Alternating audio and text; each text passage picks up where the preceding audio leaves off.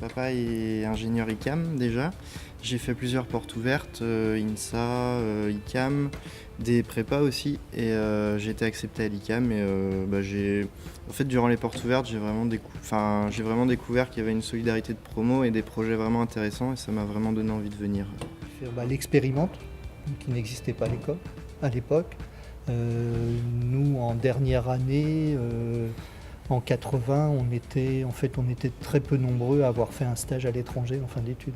La réputation de l'école, c'est important quand même, parce que quand on sort avec le diplôme pour entrer dans le monde du travail, c'est quand même ça, c'est ça un peu notre clé.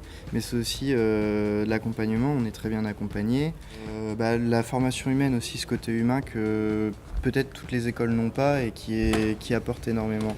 On a une charge de travail très rapidement avec beaucoup d'aspects théoriques à prendre en compte. Et moi, je suis plus pratique et concret, donc c'était assez compliqué la prépa, mais je m'en suis sorti et après le cycle école se déroule plus facilement. Parce que ça fait quand même du bien de savoir que les profs connaissent notre nom et quand ça va pas, on peut aller les voir et ils comprennent.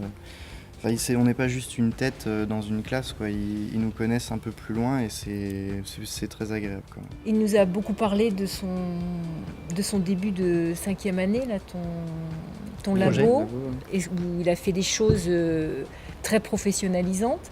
Ensuite, il est parti en Chine en stage. Et on le sent bien posé, voyant les choses très sereinement. Et nous, je crois que on a confiance.